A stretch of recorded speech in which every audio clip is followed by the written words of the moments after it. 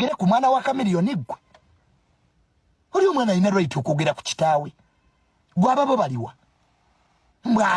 Aba tadamu kwogera Chameleon oli gwamuzaala.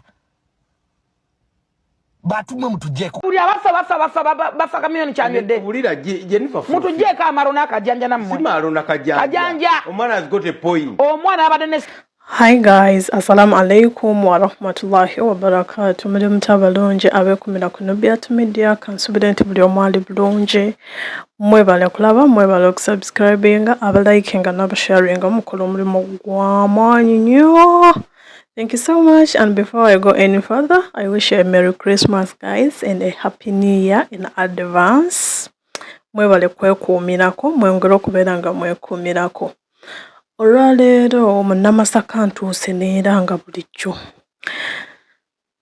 Bannange nga bitutwala speed esusse baddiya. Ati nno neera ngenda sooka n'okusaasirako legend wa Uganda, number 1 wa East Africa, East African finest, kyonna kyoyagala omuyita Dr. Jose Chameleon. Kaakati tumusasiddeko nnyo era ne tubeera nga tumusabira Mukama abeere nga amusussa mu bwangu ddala, naye ebintu bingi bigenze mu maaso okuva we yalwala, abamu ne bagamba alimba, abamu banja simanya biki bingi nnyo, naye paka mutabani we gwe bayita Abba Marcus we yavaayo n'annyonnyola ye kyawulira ng'omwana oba kyamanyi n'ayogera sayidi ye. Era abantu bangi nnyo baavuddeyo ne bamwambalira, abamu nga bamuwagira, abalala nga bamunenya okubeera nti tosobola kwogera ku muzadde wo bw'otyo, biki what. My dear, our parents. Kati ffe bazadde abaana bagenda kutugambako singa tunaba tukole ensobi. Me, I always tell my mother nti woba okoze ensobi nkugambako. Kyensaba Katonda mugambeko mu ngeri entuufu yennyini gy'anyina okubeera nga mugambako kubanga asigala muzadde wange. And to me nzikiriza nti omwana oyo teyakozeseza lulimi luvuma taata we. N'ekirala abantu bonna abavuddeyo ne muvuma oyo omwana simanya biki what. Nze ngamba oyo omwana yasinga okwetaaga Chameleon n'okusinga ffenna Abannayuganda. Era nga bwe yagambye nti bapromota emikwano egimwetoolodde tebasobola mugambako, tebasobola kulaba nti mulwadde ne bamuleka awummule ku lw'ensonga balina bye bamufunamu. Naye ate ye Abba amwagala kubanga taata we nti tagenda funa taata mulala, okitegeera, so ayagala abeerewo nga mulamu. Naye mukwano yagenze n'akwata ba grandparent. Hey, oh my God, bannanga abazadde, oba oli jjajja oba oli maama oba oli ssenga, mwegendereze nnyo abaana abato. Nze omuntu yenna eyankola ekintu ekibi mbuto nkyakijjukira, ng'ate bino ebyobukulu oluusi mbyerabira, naye omuntu akola omwana omuto ekintu oba n'okola ekintu ng'omwana omuto alaba, mukwano tagenda kwerabira. Abaami abakola domestic violence oba abakyala abayisa mu baami bammwe amaaso ng'abaana balaba, it is not good. Omwana alaba era n'akutereka n'akula nga akuyinako obukyayi n'obusungu naye nga talina kyakola, akyasula mu nnyumba yo, okyamuliisa, gw'omuwa buli kamu k'ayagala, kati n'aguma naye nga takwagala. Akwagala lwakuba oli muzadde we talina kyakola. Naye nga njagambawo akatambi ako, ekikulu oluzungu lwabadde lungi, kye nawuliddemu bitono ng'era ffe bakadaama we mutumanyi. Ngamba owaaye kanzija wano eno mu comment section bajja kunzivuunulira. Naye nga njaga nkuwa akatambi ak'omwana oyo, ate era nja kuwa n'obutambi obw'abantu ab'enjawulo abaavuddeyo ne bagamba mbu omwana tasobola kwogera ku muzadde we bw'atyo what. Nange ne nnyongera obbajjukiza nti oli omwana alina right eyogera ku taata we nga bw'ayagala, kubanga oli taata we.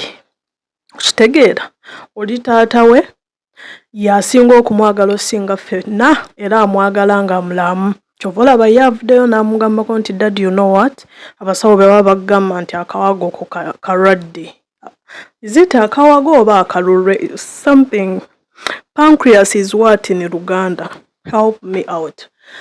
Ne bagamba ava ku mwenge guveeko okitegeera naye ate mwabeefula mbu muli mikwano gye nnyo era mumwagala nnyo era simanyanga gwe mamma we gwe taata we gwe tewasobola kukola ki kuvaayo n'omugambako kale tetumanyi oba bulijjo mumugambako kubanga ono ye yakikoze publicly era n'asaba bannayuganda buli omu waali aveeyo ayambe Dr. Jose Chameleon okubeera nga tatugendako nga tulaba ng'abasinga we baze batugendako kale nno kankuwa akatambi nkutereko n'obutambi obulala obwagoberedde embeera eyo okitegeera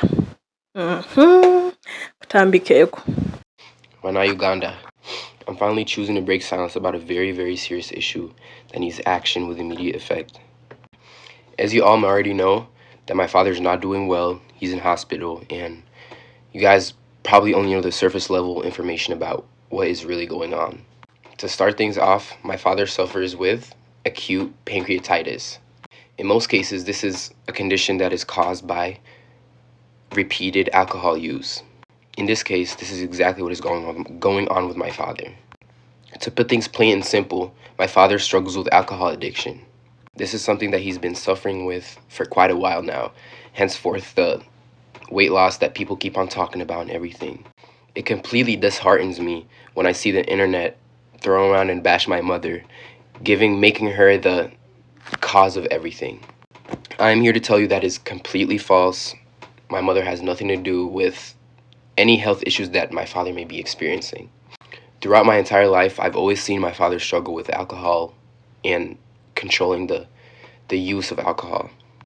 Yes, given he's a big public figure and he's human at the end of the day, he may struggle with certain anxieties and blah, blah, blah, and maybe he chose to use that as an escape. Unfortunately, that kind of thing is starting to catch up with him.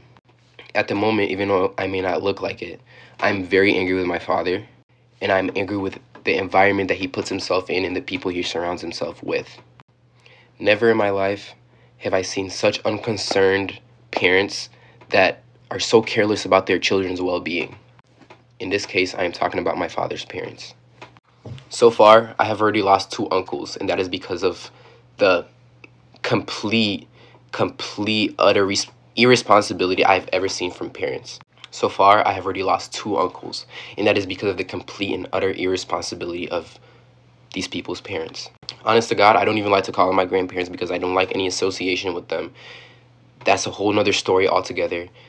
Let me know in the comments if you guys want to know about that. But back to the main topic. You would expect my father's parents to actually care about him the most. If anything, be their favorite child, considering he gave them their name. No one in the country of Uganda would know who the Mayanjas were if it weren't for my father. The people around my father do not care about his well-being and do not have his best interests at heart. His friends, if they were actually his friends, my father would not be in this circumstance. They don't actually care about him. They just care about the monetary value he brings to them. The point of this video is I want to bring the truth out to the people that care about my father, all his fans, all his supporters, all his people. I want you all to know that if my father continues this pattern, according to the doctors, he has 2 years left. And this really disheartens me because this is my father I've known in my entire life. I know him better than anybody on earth, even the people that listen to his own music. We need to work together to get my father the help he needs. As for my personal issue, I am very, very infuriated and angry with my father because I feel like he is making selfish decisions. I have 4 siblings and my father still needs to be alive to take care of my siblings. He has been told time and time and again from his doctors, from his healthcare professionals, that this is a habit that needs to slow down in order for him to have a long life with longevity and happiness and whatever. It angers me to see that him knowing this, he still continues to pick up the drink and ruin his pancreas. That is why I'm on here asking for everybody's help. I want all his supporters, all his fans, everybody that enjoys my father's music, even if you may not like him, even if you may not agree with the things he's done. Even myself agreed that he's a very, very flawed human being. He's a very flawed man. But at the end of the day, God put us in this world to love everybody. I'm asking everybody on here to hold him accountable. At the same time, by all means, I'm sending this message not in a negative way, not out of negative heart. It's a completely human thing to struggle with addiction or substance abuse. This is not a call for embarrassment. This is not a call for you to go and embarrass people or embarrass my dad for depending on substance. This is a call for help yet again. We need to collectively come together and help him if we want to keep him on earth longer. For the sake of music, for the sake of your favorite artist, and for the sake of us, his family. His true family. I want everybody to be all up in his comments, or however, if you know him, if you're in contact with him, if you meet him outside, if you meet him at a bar, I want you to let him know that people love him and people want him here. And the promoters that selfishly book him, despite him not being in physical condition visibly, you know what's coming for you. It's so crazy to me that other people would see a human working to the point of to a breaking point, and they still book him for shows. It's so clearly visible that my father's not doing well health-wise, and these promoters still continue to book him and use him as a workhorse because, again, it's about monetary value. To reiterate, anybody and anyone that even cares a little bit about my father's well-being, please speak out, hold him accountable, and let's do what we can. He's given so much enjoyment and happiness to Uganda as a country and given it so much recognition. I feel like personally this is our way of giving back. Let's help him out. Thank you for listening, and I hope you can carry this message with you. Disclaimer, anybody with bullshit in my comments, anybody talking to me crazy in my comments, you will get blocked, and I put that on my mother. Bafa Chameleon Yetaaga Kubulira Jennifer. Mutujeka amaro nakajanja na mmwe. Simaro nakajanja. Kajanja. Omwana has got a point. Omwana abadde n'essimu ya kitaawe. Talina kumanyira public.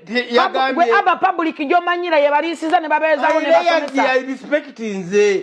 Nagamba mmwe. Tewali respect and tewali any respect. Kakati obedde uyogera nze so yogereko. Towagira mwana kumanyira kitaawe. Towagira mwana kumanyira. Abaana we naje muri olaba daddy nga nakyakola kirala. 100% you are wrong. Gamba daddy nti daddy ekyo si kituufu. Number 1. 100% you are wrong. Ate si yegayirira mikwano gye. Abatayagala muri abo. Ni amanyira kitaawo gwe. Ate yamanyide tata we. Yabadde ayogera na mikwano gye. Era nangenda kumunonya Chameleon. Tonnawoza na kadomola ka musulu mu America manya tata wo. Totubuulira. Therefore, na yagambi Abba abaagala Chameleon nga tebamwagala mu kitole kya mmere, nga tebamwagala mu savu, nga bamwagala ng'omuntu anakyakoledde industry, mugende eyo mwogere naye. Calling upon people. Kitegeeza ki? Ate nawoza na kadomola ka musulu mu America manyira kitaawe ojja kudda bano Uganda tukutunule bwoti. Kakati nga olabye akatambi ako gwe kikyolowooza. Wenna ng'oli eyo ng'oli muzadde. Kikyolowooza katambi ako oba ng'oli mwana oba ng'oli Munnayuganda. What do you think about that? Thank you for watching. Webale kulaba, webale kusubscribinga, webale kulonda Nubiat Media. Nera, Happy New Year in advance and Merry Christmas. Keep watching, keep connected. I love you. See you in my next video. I'm a deep low, but I had to do this video. See you guys.